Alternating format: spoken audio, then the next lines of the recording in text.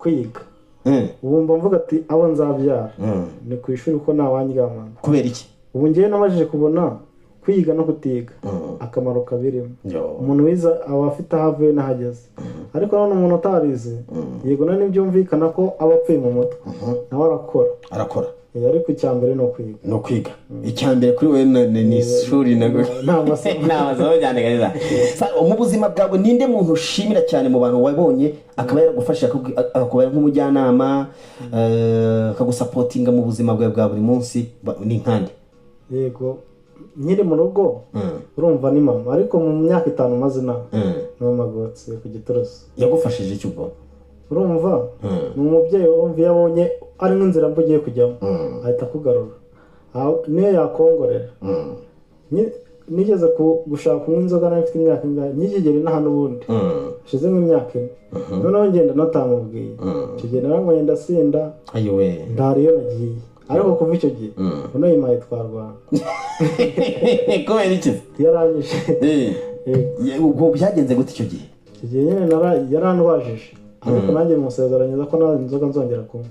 Uno mubyeyi wanjye ufite umumaro ukomeye kurusha mbese kisubwo twageranya neza. Arakomeye. Ngo yitwa mama nde? Mama gotse ku Gitoroso. Izina rye bwite ubundi ninde se? Munganye nka Clarisse.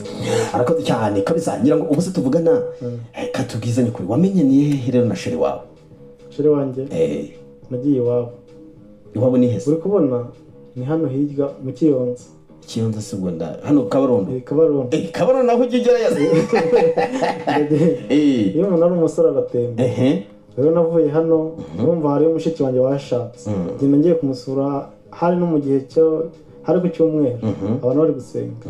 Rero tuba duhuriye mu rusengero. N'umukobwa? Yes.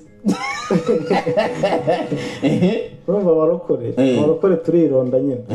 Yiri umurokore usenga mbese uciye bugufi Imana ntari gihita gusubiza nyine. Ubwo yese mu mukobwa kandi mwiza kandi ndamushima. Wese wabitekereje utubwari kahite muzana.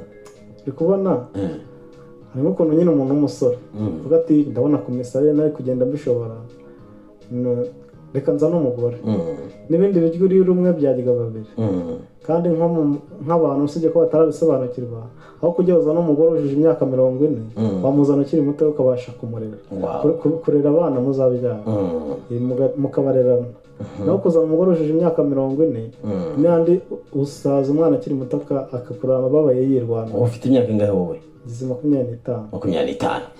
Bamita mu Rwanda shyaka harya madamu yitwa Uwitonze Delphine. Sawa kabisa.